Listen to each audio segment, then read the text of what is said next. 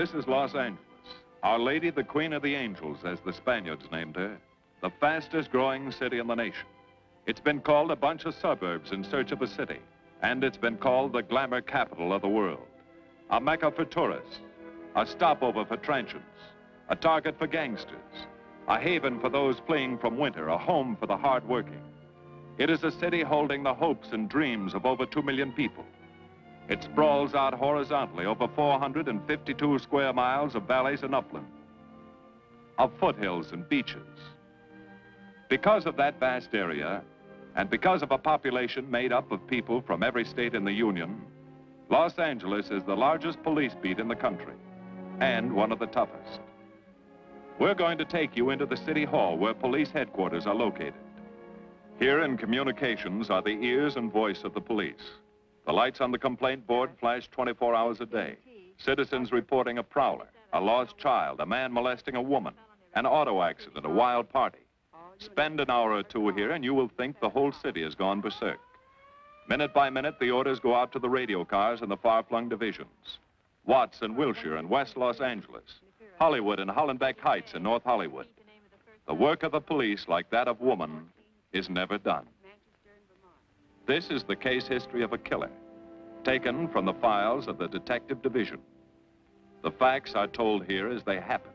The story properly starts here in Hollywood Division headquarters at 1 o'clock of a June morning last year. Officer Robert Rawlins had finished his tour of duty and signed out. It had been a tough day. He'd be glad to get home. His wife would be waiting up for him as she always did.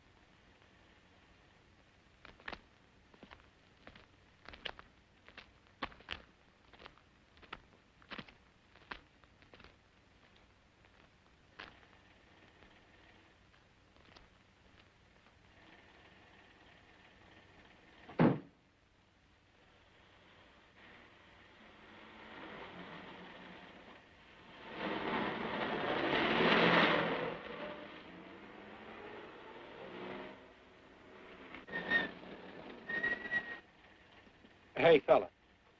Come here. What were you doing back at that radio shop?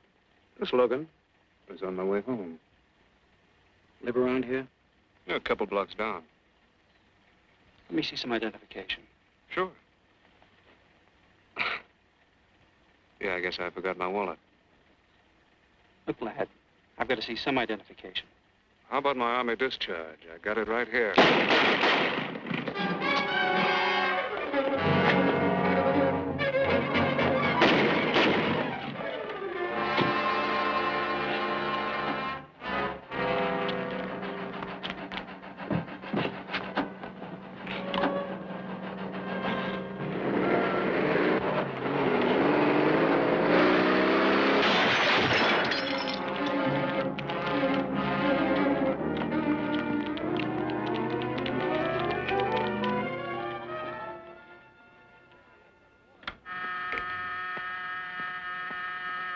Police Department, Operator 27. I want to report the shooting of a policeman. Hold on, please. Give me that again, please. I'm calling to report the shooting of a policeman. What's the address? 5057 State Street, just west of Santa Monica. Just a minute. Receiving hospital. Operator 2. Operator 27, 5057 State Street, 5057 State Street. An officer has been shot. Send an ambulance. All units in the vicinity of State Street and Santa Monica Boulevard. Proceed at once to 5057 State Street, 5057 State Street. An officer shot. Code 3.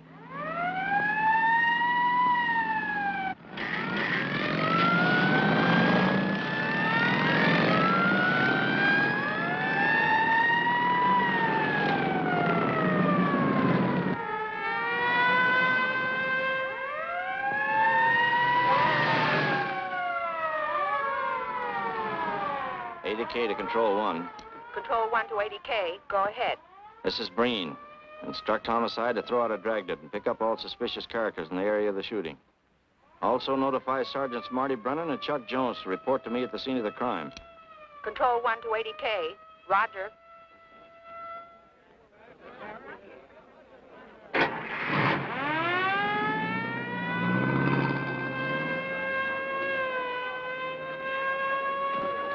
I see. Well, what have you got so far?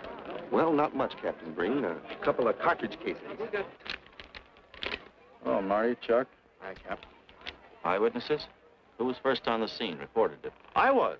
I live here. I'm a light sleeper, but my hearing is good. And my Did cat... the officer say anything before he collapsed? Yeah, he gave All a description of the fella.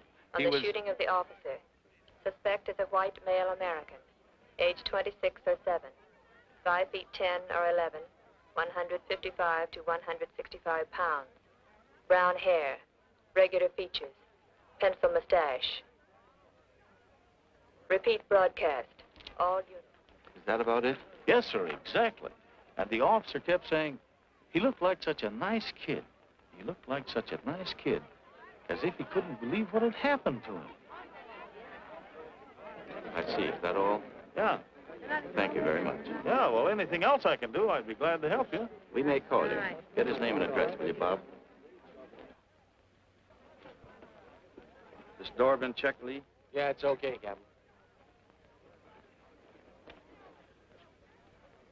Find anything? Nothing but some smudges so far. Found this in the glove compartment. I think it's nitroglycerin. Doesn't look quite right. Well, check it down at the lab. Right.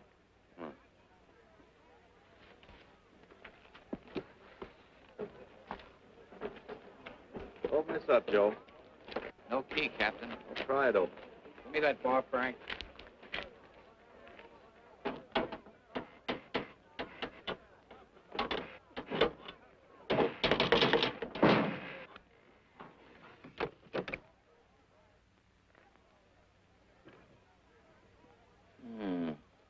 Regular arsenal. Yeah, get a load of that. What is it? I don't know. It looks like some kind of an electrical device. United States Navy. It's either stolen or war surplus.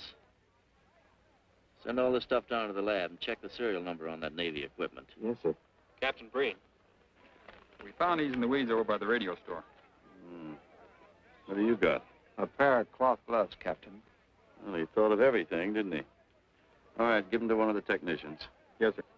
Marty, you and Chuck come along with me. Let's go downtown and see what they picked up in the dragnet. Right.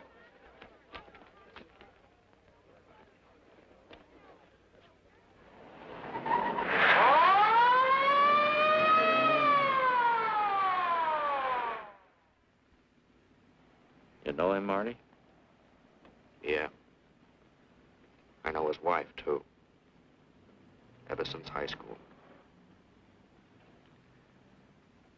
Captain, I wish you'd let Chuck and me handle this case. All right. I don't want any dead heroes. I just want the man who shot Rawlins. The suspects began to arrive at headquarters in droves. The police tossed every motel and hotel and many private homes in a 4-square-mile area around the scene of the shooting. Every available radio car and patrolman and detective was out on the dragnet. The strings were being drawn tighter and tighter. Many a man returning from a date or a late party or a poker game surprisingly found himself in a squad car, its siren screaming as it brought him to the detective bureau. The dragnet gathered in some strange fish, and many ordinary ones. All the rest of that night, the detectives probed, needled, questioned, quizzed. Everything was checked. Fingerprints, names, addresses, stories. Every fish in the net was examined. Most of them thrown back into the sea, not worth keeping. Except a few parole violators and slightly shady characters whose stories needed a lot of verifying. I wasn't prowling no cards. Just taking a walk, you know, getting in condition. You were running when the radio car picked you up. Yeah? Maybe that's why the guys call me Punchy. He's got a point there. 2 felony convictions, no warrant, no warrant. He's on parole. Book him, violation of parole. Let's have the next one, Joe. What were you doing in that vacant lot? The vacant lot. Lot? What were you doing in it at that time of night? Niệm của mình cũng to lo ngồi ngồi xì hữu nội lo ngồi ấy 30 cái nền mì lúc dưới lại của ngồi sinh thành nghe ngồi thành ca giờ ngồi từ đầu ra sang gì. You say your name is Ralph Henderson. So what? Well, you know, it's a funny thing, Ralph. There's a guy around this town that's been wearing your fingerprints. Only his name is Pete Hannon. Okay. So I'm dead. So what's one more confession in my life? Now you're talking, Hammond. Okay, Andy. Hello, Harry. What have we got here? Oh, some robbery suspects. Candidates for San Quentin. Handsome here is the big shot. He runs the outfit. Have a gander at his record. Car theft, escape from reform school, robbery, assault with a deadly weapon. Not bad. Look at the heater we found on him. German Luger, fully loaded. Redhead here tried to carve up one of the arresting officers with this pretty toy. Nice boys. By dawn, many minor wrongdoings had been uncovered, and a few incipient felonies. The checking of the suspects had been thorough, painstaking, and tedious. But all the work was for nothing. The man who had shot Officer Rawlins was not among them. He remained no more than a description, a shadow of a man, mysterious, elusive, deadly, hidden away somewhere in the vast city. As for Rawlins himself, he couldn't help. He was in a coma at receiving hospital. Mrs. Rawlins waited out the long, tense hours while her husband fought to live. Many another officer's wife had so waited. Many another will. The word came shortly after sunup.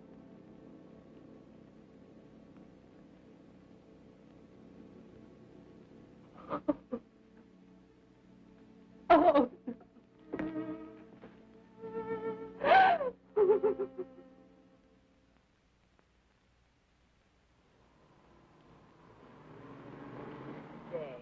A white male American, 26 or 7, 5 feet 10 or 11, 155 to 165 pounds, brown hair, regular features, pencil mustache. This was no frightened fugitive. What went on in his mind? Why had he set his hand against his fellow men, taken the life of another, of a stranger, of a man who was merely doing his duty? He must have some plan, some goal that called for sudden death to anyone who got in his way.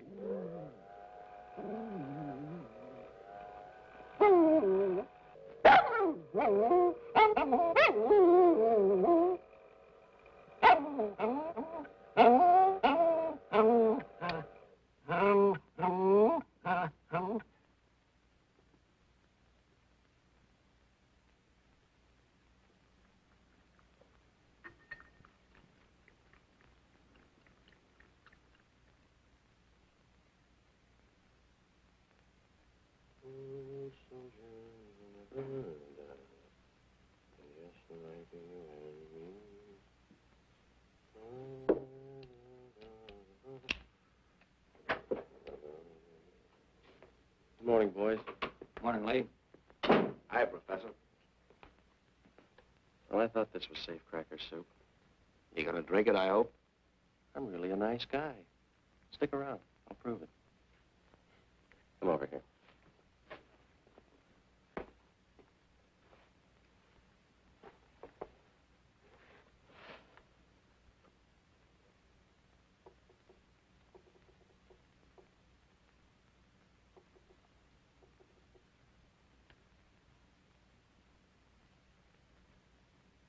Hold this for me, will you, Chuck? Thank you. Now, if you'll hand me that hammer, Marty. Thank you.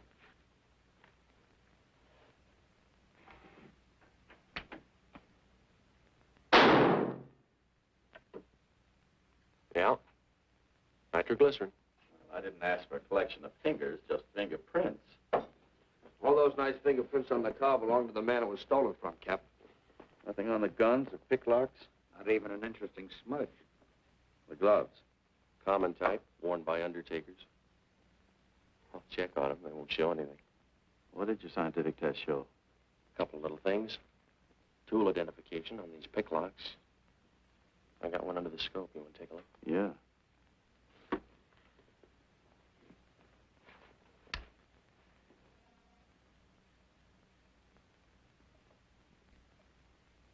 Take a look. I see. Well, it seems to tie the tool up with the lock. If that microscope could only tell us who did it. I'm working on that. No, only an amateur would carry that liquid dynamite in a car. This boy's no amateur. Took the precaution of desensitizing it so it'll take normal shock. Took a lot of other precautions, too. No fingerprints, no identification, nothing definite. Except he's scientific. Knows electricity. Is inventive. Yeah. I'm happy on the trigger. This is Captain Breen. Get me Captain Stevens a burglary, will you? I hate to disappoint you, Lee, but I think you've come up with something. Hello, Steve. How are you? Did your daughter's marriage come off all right? Good. Look, Steve, on those burglaries of electrical equipment lately, were there any where picklocks were used to gain entry? Good. Well, let me know if there's another report of one, will you? I've got an idea the Rawlins killer may be tied in with those. Fine. And give my regards to the newlyweds, too. So long, Steve. Well, what are you waiting for? You've got a job, haven't you? Get going. Yeah, let's go, Junior. Hold this for me, will you, Lee? Thanks. And so, with no fingerprints and only a vague description to go by, Sergeant Brennan turned to the modus operandi file. A criminal, like any human being, has his own habit patterns, unconscious traits that can lead to his downfall.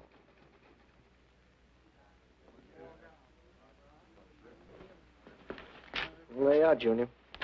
List of burglars who use picklocks for entry. Oh, great. This narrows it down to just a couple of hundred suspects in this area. Give me a match, will you? That may not be so bad. This guy's improved on the system. Maybe he's left his trademark on some other job. Well, here we go, legging it all over town, asking a million questions. What you paid for, isn't it? Am I paid to associate with you, too, Junior? You could do worse. Not this year. Come on.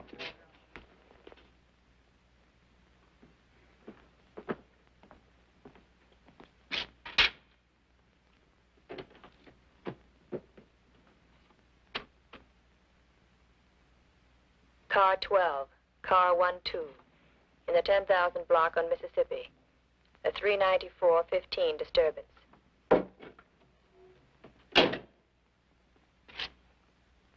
Car 80K, code 1.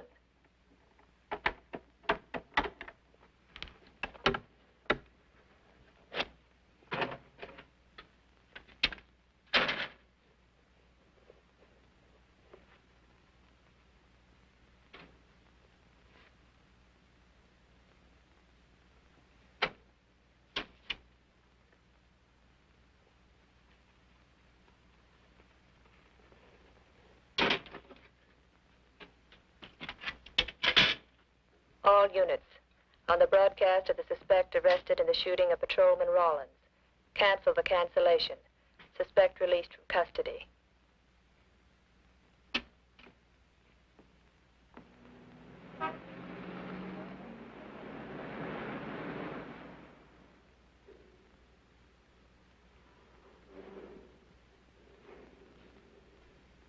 Oh, hello, Mr. Martin. You find Mr. Reeves in the machine shop.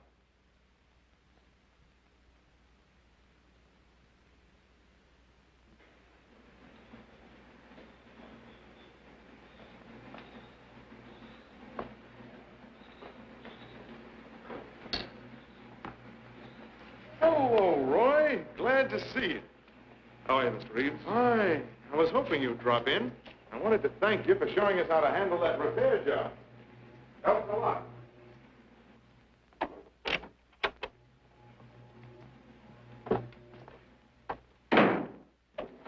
Oh, what have we got this time?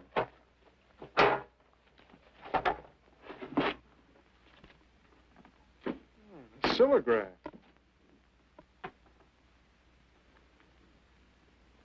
Well, there are plenty of these around, Roy. Not like this one. Yes, I see. I suppose, as usual, you've added your own improvements. You know, it seems wrong that a man of your talent should bother consigning equipment for rental. I'd like to see you devote yourself entirely to experimental electronics. It'll come one day. I'll have a place like this. Well, why wait? I've got a pretty good setup here.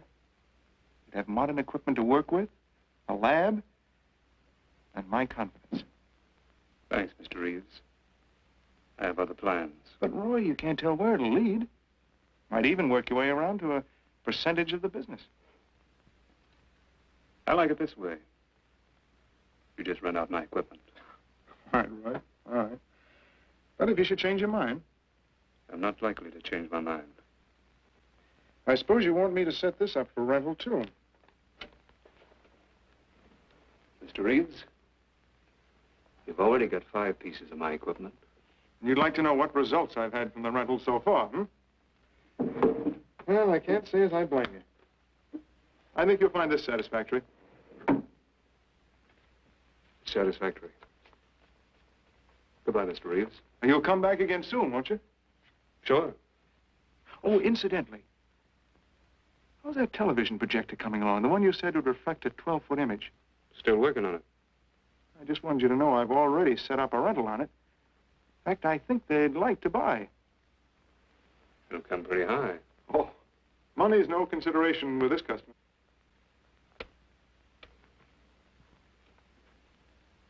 Tell him he can pick it up tomorrow. I thought you said it wasn't finished yet. It'll be finished.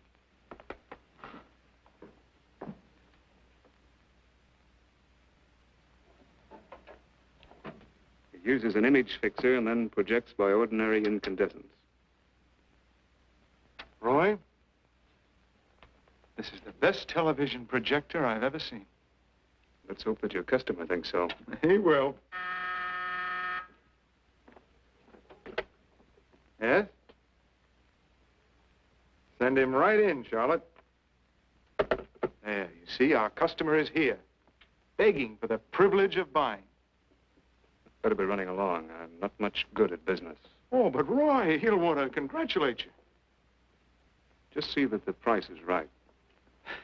All right, Roy. I'll get you a good deal. So long. See you.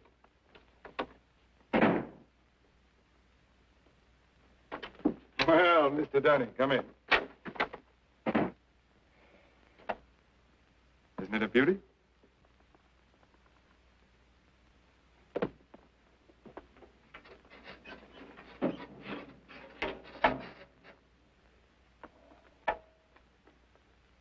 It's a beauty, all right.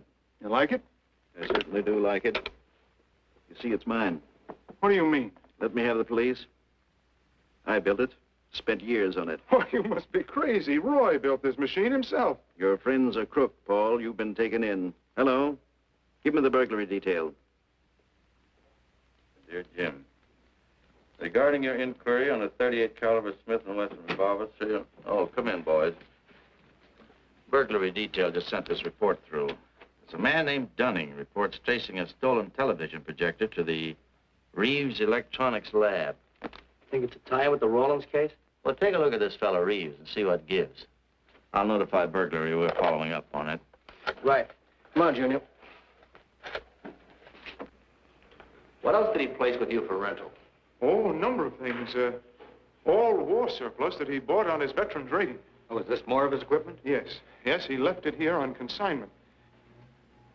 I'm sure that Roy can explain everything. Well, maybe he can, Mr. Reeves, if you'll tell us where he lives. But I don't know. Mr. Martin's on the phone, sir. I'd better talk to him. I think so, Mr. Reeves. I'll take it in the superintendent's office.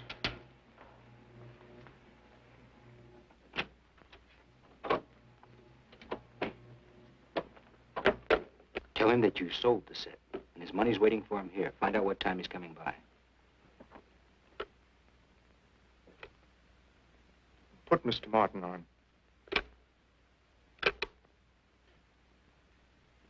Hello, Roy? Yes, I've sold it. Your money is waiting here for you. Yes, I'll be working late tonight. What time will you be by? First thing in the morning. Well, maybe you better come in tonight, Roy. A couple of things I want cleared up. Like what? Oh, technical things. Besides, I don't like to leave the money in the plant overnight. How about 8:30? Fine. I'll see you then. I'll leave the front door unlocked.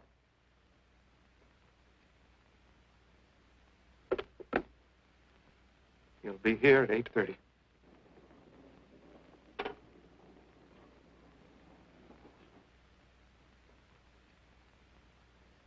Well, I'll just run along home and get some dinner. We'd like you to stay too, Mr. Reeves. Why? For company. You want to cooperate, don't you, Mr. Reeves? Certainly. Good. Now, you just wait in your office. We'll be around. Very well. This way, gentlemen.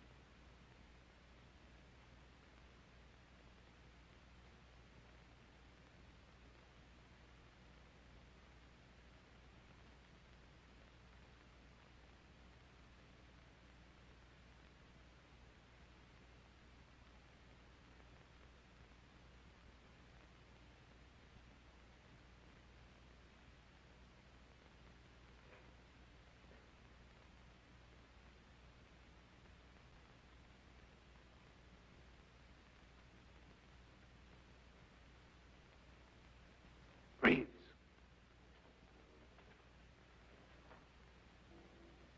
that you, Roy?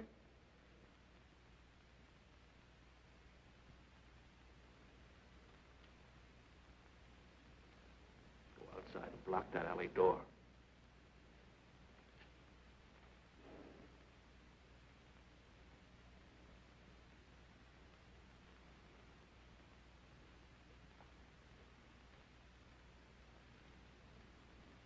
Where are you, Roy?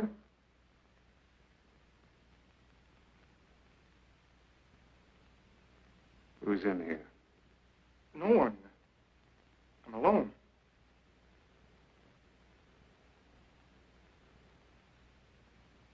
Come on in. I've got your money for you.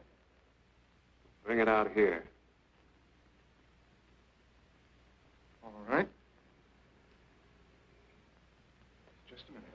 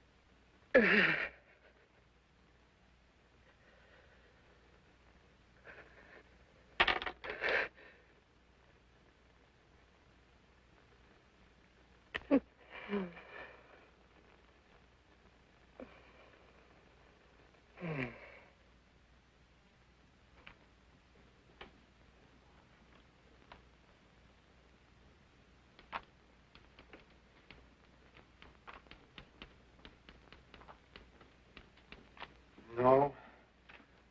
None of them even looks like Roy Martin. He had such a fine face. Didn't keep you from carrying a gun. Or didn't you know that? No, I didn't. I've told you all I know, all he ever told me. What about his friends? Didn't he have a girl? No, I don't think so. He had no interest in anything but electronics. Where'd he pick up the subject? Books, magazines. Mostly from the Signal Corps. He was attached to a radar unit. Get a teletype off to the War Department. That might help. Yes? Ready on your call to receiving hospital, Captain Breen. Hello, this is Captain Breen. What is the latest report on Sergeant Jones?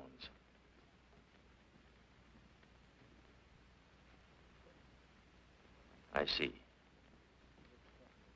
Well, let me know if there's any change, will you? Thanks. Chuck's in pretty bad shape, Marty. He's paralyzed. May never walk again.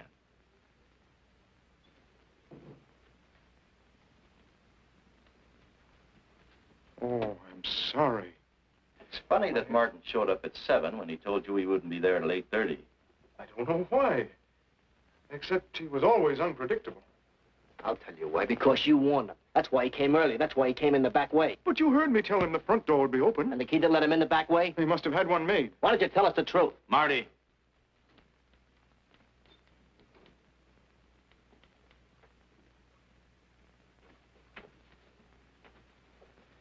Now, look, Paul. You can make it a lot easier for us to believe your story if you'll just give us some facts. Something that might help us. I've told you all I know. I've been gullible, all right, letting him make a fool of me. But I'd do anything to make up for what he did to Detective Jones. Sure you would. You can go now.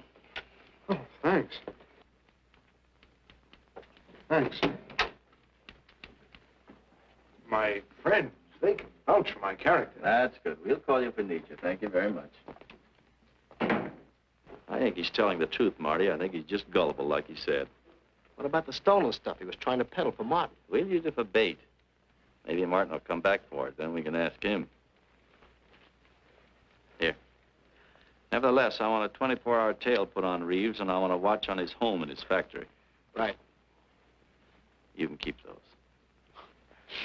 Okay, Captain.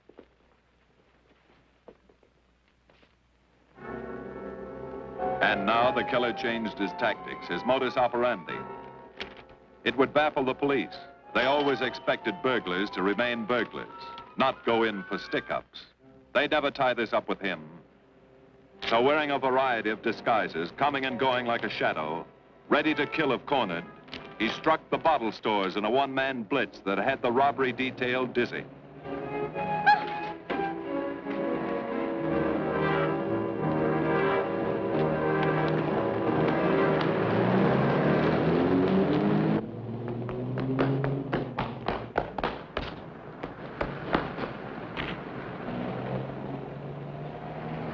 The killer, always resourceful, always thinking along lines that would baffle his hunters, had discovered an ideal avenue of escape. Under Los Angeles is a vast and intricate system of huge storm drains built to siphon off the flash floods of the rainy season. Many of the tunnels are large enough for 2 cars to drive abreast. Here were 700 miles of hidden highways, ideal for the use of someone who needed to hurry from place to place without being seen.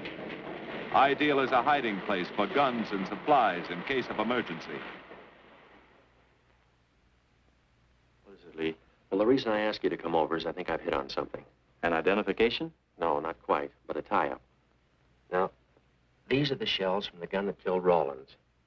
These were fired in the liquor store holdup in which the bandit got away. And these were fired at Chuck. Now, as you know, every ejector, even in guns of the same model and caliber, is different. Each one leaves its own markings on the cartridge casing. Now look at these fine striations. This deep gouge. The same on all 3.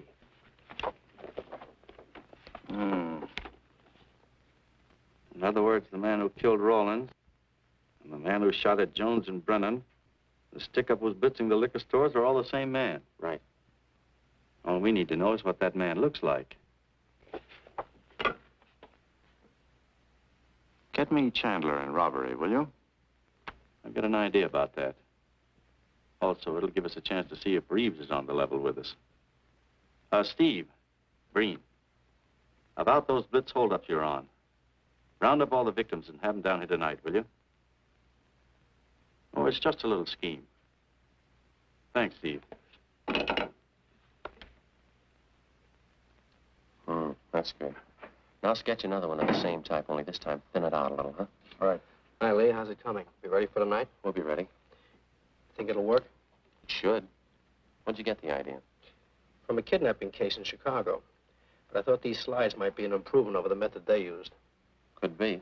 Captain thinks so. Good evening, ladies and gentlemen. May I have your attention for a moment, please? You've all been asked to sit in on a little experiment tonight. We're going to try to build a picture of a face. A face of a man who's cunning, resourceful, and deadly. He's a man who killed a police officer. Now, some of you he held up at the point of a gun. You may have seen his face, remembered something about it. And we want you to tell us exactly what you remembered.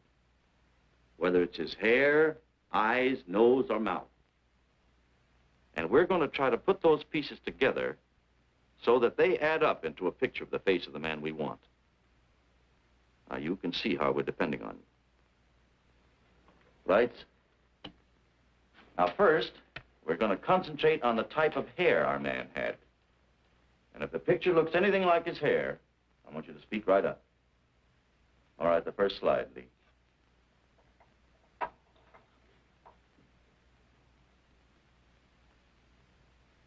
His hair had waves in it, well-groomed. That's the idea, Miss Smith.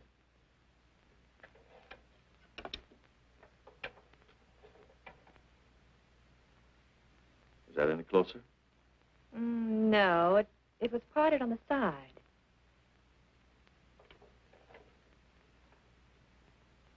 Oh, that's more like it, except it was thicker.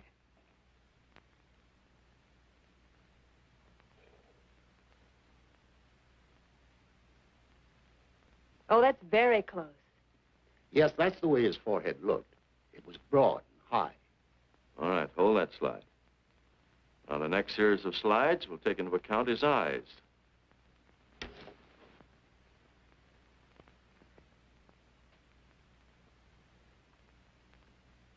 Oh, 1 minute, please. Wait, 1 minute. His eyes were a little like that. Maybe a little smaller, like beads. Go on, Lee.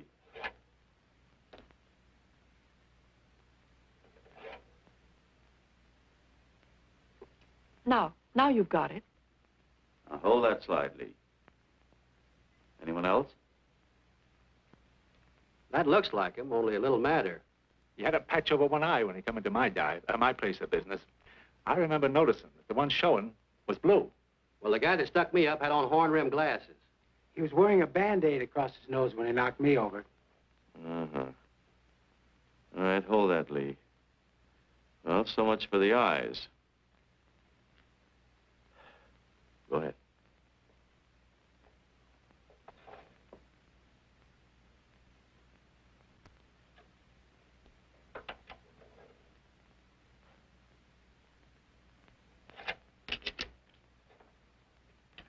Señor Capitán. Yes, Miss Montalvo? Ay, ¿cómo se dice en inglés? A sus órdenes, señorita. Ah, qué bien. En este bandido, la nariz fue chata, como aquella, pero un poco más chata y más ancha. Like that, Captain, but more snubbed, wider. Try another one, Lee. Como aquella, casi la misma. She says that's about it. Thank you very much, Miss Montalvo. Get Reeves. Any more comments? That's pretty close, all right. Pretty close. Perfect. All right, now we'll start on the mouth and chin. The next series, Lee. I think his lower lip stuck out more. The mouth was thin and mean, like it never laughed. Go ahead. Something like that, but thicker lips. There. That's it. That's him. All right, now hold that right there, Lee. Oh, come in, Mr. Reeves. Good evening, Captain. Did you ever see that face before? Why, it's Roy. Except for the hair being a little lighter and the eyebrows heavier. It's Roy. You're sure? I'm positive I'd know him anywhere. Lee, I want a retouched photograph. Now lighten the hair and give more body to the eyebrows. Right. Lights. That's all. Thank you very much. You've been a great help. It's positively amazing how you found out what he looks like. Well, we're looking for an amazing criminal, Mrs. Johnson. Thank you and good night. Good night, Captain. And so the face of the unknown killer, built up from fragments of evidence, was sent out all over the country. To chiefs of police, to sheriffs, to county constables and county jailers, to the wardens of prisons, to all postmasters and postal inspectors, to the agents of the Treasury Department, to the FBI. They showed that picture to the inmates of jails and prisons, to men with a wide acquaintance among the cat burglars and the violence boys. Informers and con men and sharpshooters were quizzed, those on the fringe of crime and those deep in the rackets. Many wanted to help. Nobody could. No one in the underworld recognized that mysterious face. He was as unknown as if he had lived in the 16th century.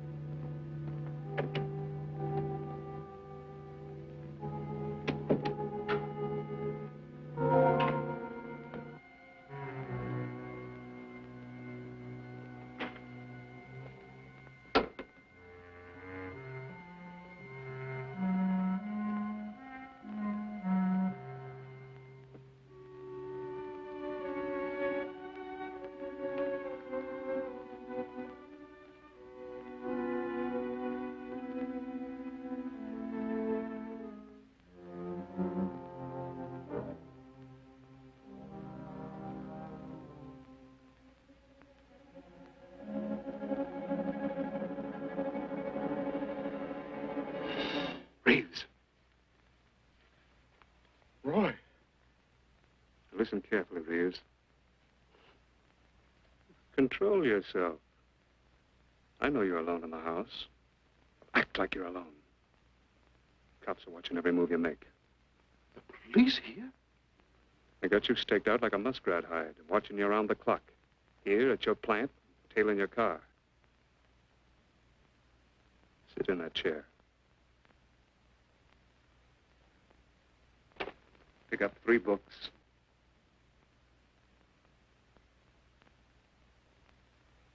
Don't look up and don't answer me. All right. But glance at the books.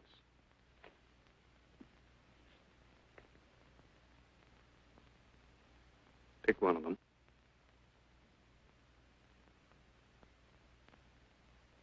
Okay.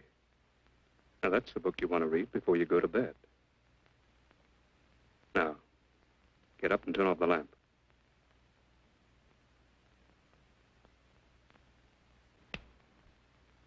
Come here. Come here.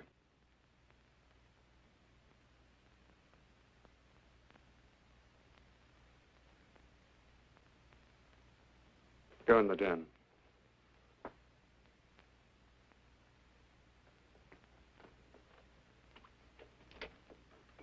those drapes tight.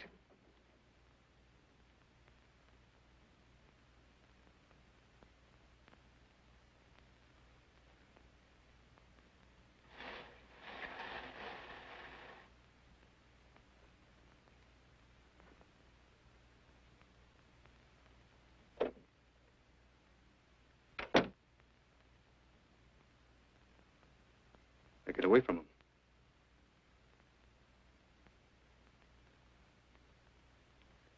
What do the cops know about me? Not very much, Roy.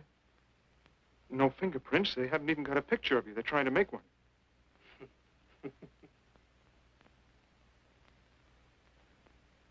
How much cash you got in the house? None. I never keep any cash in the house. It isn't good business. I suppose you think it was good business letting me walk into that trap. No, Roy, no. Don't do anything you'll regret. Now listen to me.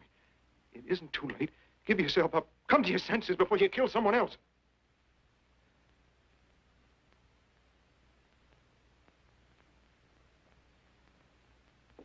What do you mean, someone else? What do you mean? Nothing. The two officers, they said one of them might die. He's still alive, isn't he? Reeves?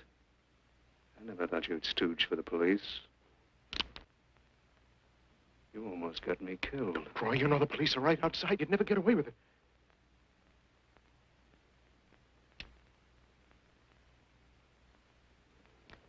That's right. Now you're being sensible. I know there's money here. Where is it? Don't worry. I'll get it.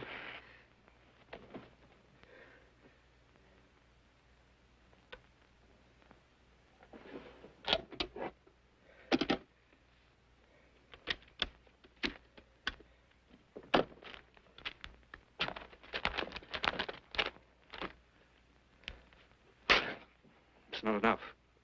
Stuff you've got in mind is worth thousands. I'll get more. Get it. Keep it handy. I'll be back next week, next month. But get it and have it ready. Just give me time.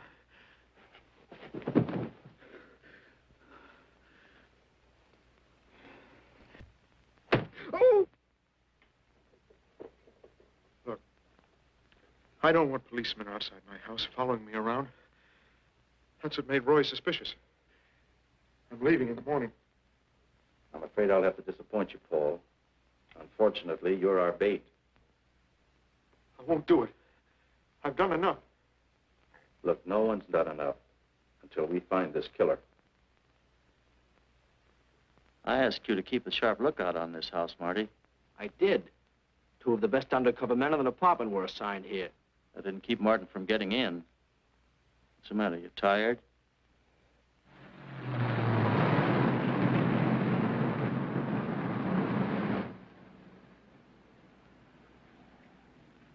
You got any idea how long you've been on this case, Marty? Months. Long enough to have come up with something by this time. You know any more about the Rawlins killer than you knew the first week? Yeah. He's about the toughest nut I've ever had to crack. That's what I told the chief when he called me in this afternoon and wanted to know why the case hadn't been broken. Look, Captain. Rawlins was a friend of mine. So's Chuck. I've got a bigger stake in this than the chief knows. I'm doing everything I can. I'm afraid it's not enough, Marty. Maybe you're too close to it to see it clearly. Maybe it needs a fresh team, a new viewpoint. I think you better take a couple of weeks off, Marty. Starting tomorrow. Anything you say, Captain.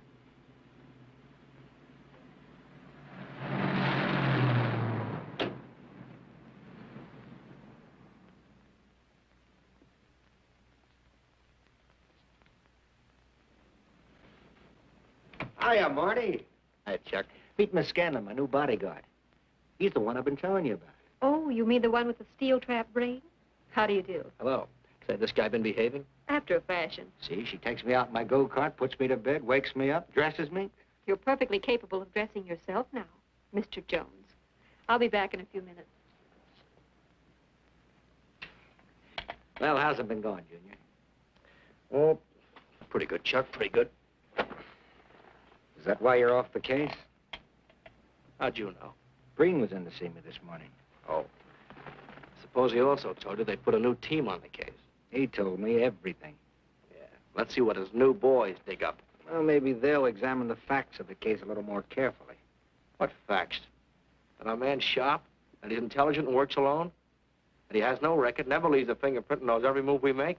Sure, plenty of facts, only they add up to nothing. Sure, forget it. You got yourself a 10-day vacation. Go on down to the beach, get a suntan. By the time you get back, the case will be broken. Isn't that what you want? You know better than that. All I know is what I hear. You sit there batting your gums about how the old man let you down. Maybe he's trying to wake you up. He's got a funny way of showing it. There you go, flying off the handle. Always taking things for granted. I wish I could get up and boot some sense into you. He knew what this case meant to me. He still does. That's why he's trying to get you mad enough to do something about it. You don't really figure that's his idea, do you? I know it is. Ah, it's a tough case, Chuck. Not an angle, nothing to go on. You'd know what I meant if you were out working with me. I have been working with you. That's all I've had to do lately, just sit around studying what little facts we have, trying to figure out who he might be. You know the kind of a guy we're up against, then. I tell you, Chuck, this guy's a genius the way he operates. As if he were right there with us every time we go out after a lead. Oh, sure. Breen's been tipping him off just to make you look bad. Yeah, almost like that. Well, he beats us to the punch every time. There's your angle. You just hit it on the head, but you don't see it. Look, start adding. 1, he's unknown to the underworld. 2, he beats you to the punch, right? And 3, it's almost as if he were with you. Isn't that what you said? Yeah? Well, tie that up with a lot of other little things, like the fact that he uses a police gun and the accuracy of his shooting. Anybody could buy a police gun, and the Army could have taught him how to shoot. Yeah, but who taught him how the police operate? Oh, I know what you're driving at, Chuck, but a cop. Those things happen. Yeah. Now, if I were still in the case, I'd start with our own department first, then Santa Monica, Culver City, Burbank, Pasadena. See you later, Junior. Hey, don't let him out of your sight, beautiful. It's the first time in years he's used his head.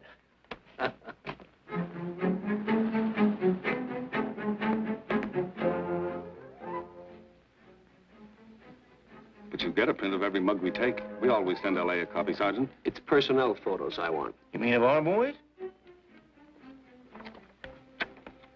That's Rawlins' killer, isn't it? That's right. You've checked your own department. We did that first.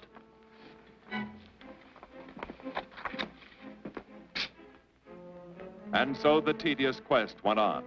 Sergeant Brennan wore out his shoes and his patience, going from police station to police station, checking photos until his eyes were blurry.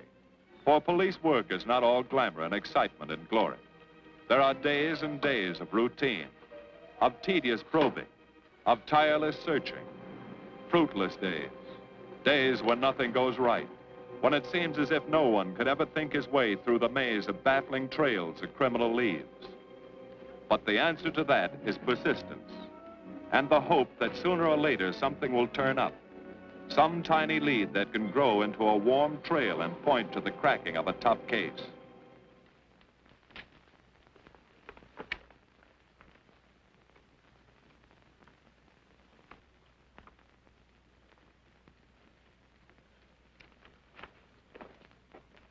Well, that does it, boys. Can't say I'm sorry you didn't find him in here. I'd hate to think it was a cop. Doesn't seem to be anybody. Just a lot of pieces of a face that never existed. Do you mind if I see that again? Sure, frame it. Put it on your dresser. Wait a minute. He wasn't a cop. He was a radio technician right here in our dispatch office.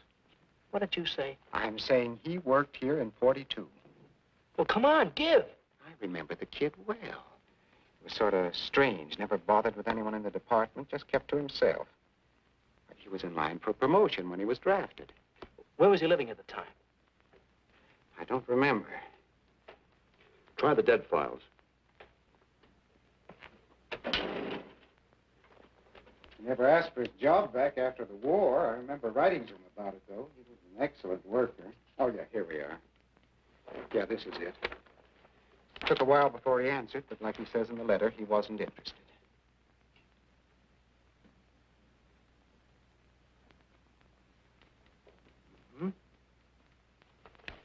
Postmarked Hollywood. No return address.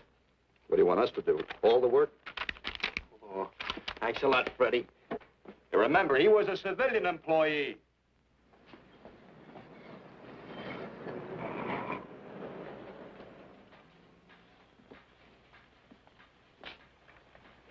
Well, how about it? Anybody recognize him? Not on my route. I never saw him before. Yeah, okay, fellas. Thanks very much. I thought for a minute... No. And yet that face. I wonder. Yeah? Well, this may not mean anything, but he looks like a guy that's on my route. He never gets any mail, but I see him around here all the time. He lives in one of the courts. Where? Come on, I'll show you. It's not that easy. What time does your route take you past those courts? About 9 o'clock. Why? Just thinking.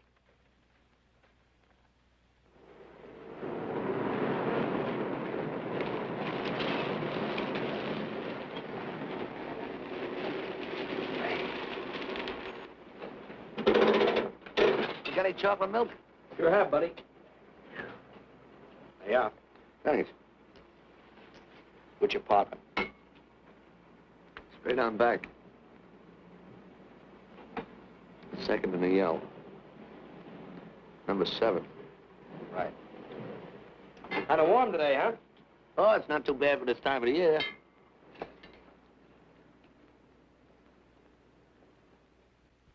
Good morning. Morning. You're new in the route, aren't you? We had a substitute. What happened to the other fellow? Sick. Oh, what's the matter with him? I don't know. I catch everything. Hear about it on the radio, and next morning I got it. Too bad. You aren't very social. The regular fellow always stops and talks to you. Sorry, Eddie, I'm a little late this morning. I was hoping maybe you could help me. There's something very funny going on in this court. Yeah?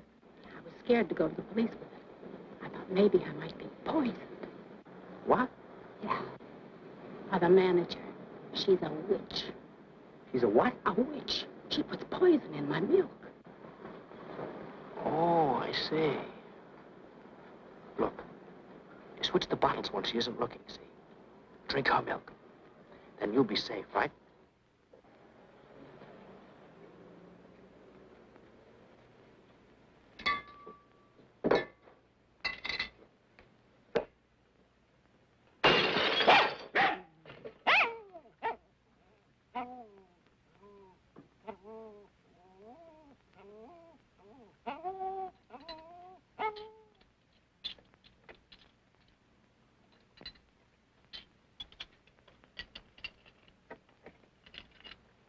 Why, I had a little accident. Got a mop, I'll clean it up. Leave it be. I'll clean it up myself. Okay, mister.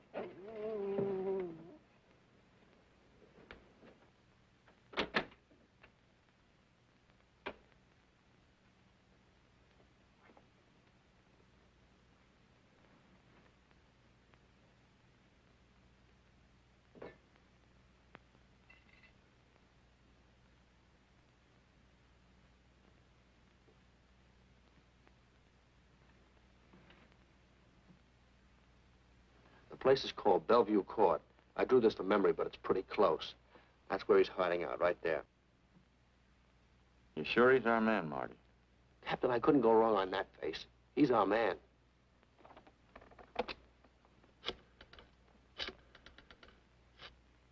Now, there are 5 cottages in this area, and 2, number 6 and 7, in the L at the end of the row. Our man lives in number 7. This building department plan will show you the whole layout. It's bounded on 3 sides by Fuller, Santa Monica, and Poinsettia. Now, the court is partly surrounded by a high wall. Breen, homicide. Good. You keep your eyes open until we get there. Morgan has just gone into his bungalow alone. Any questions? All right, you all have your instructions. Let's go.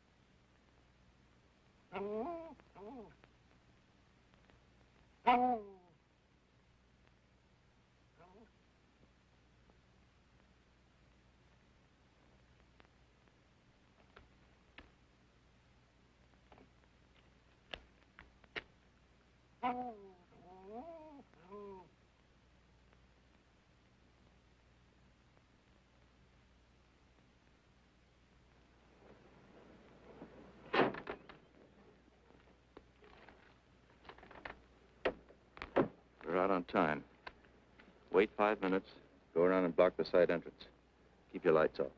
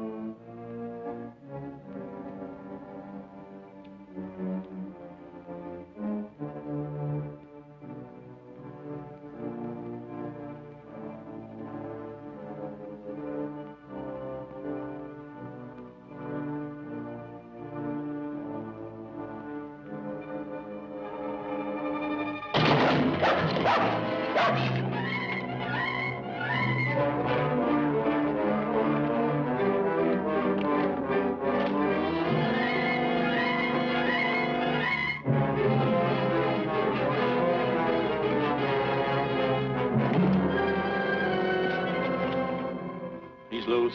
I want a radio car in a hurry.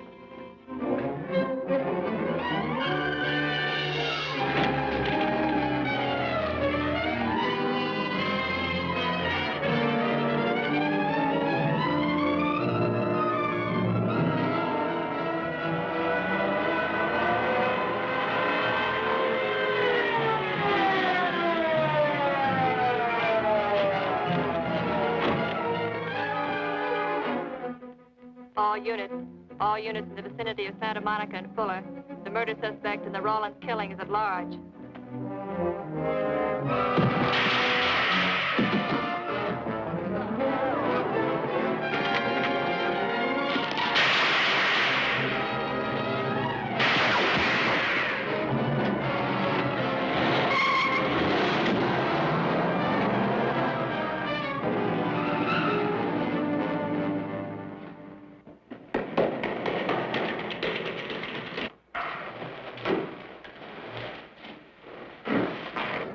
I want a map covering the storm drain system in this area. Get it and meet me at Venice and Garfield. Jones, Miller, you stay here in case he comes up for air. I want a man at every other drain entrance along this line. Got to come up somewhere. Come on, Marty. You're driving.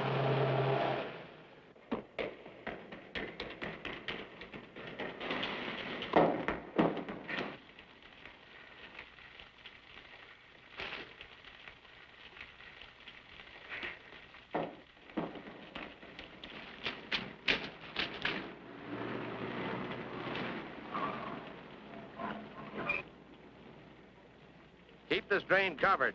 It's liable to pop out anywhere.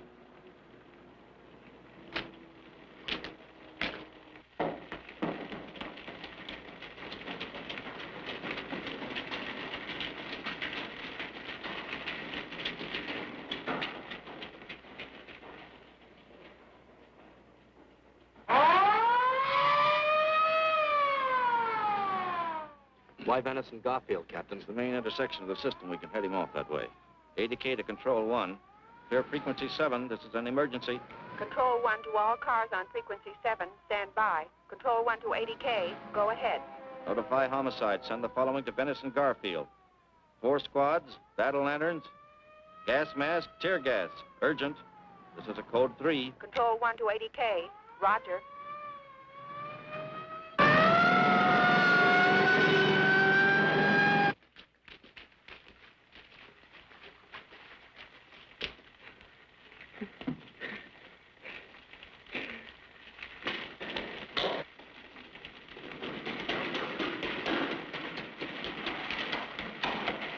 And he'll probably head down this main drain to where it comes out at the Rio Hondo.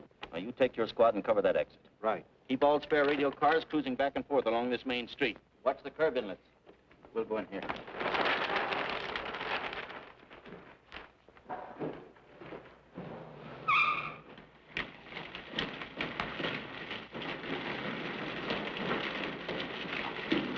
Any sign of him?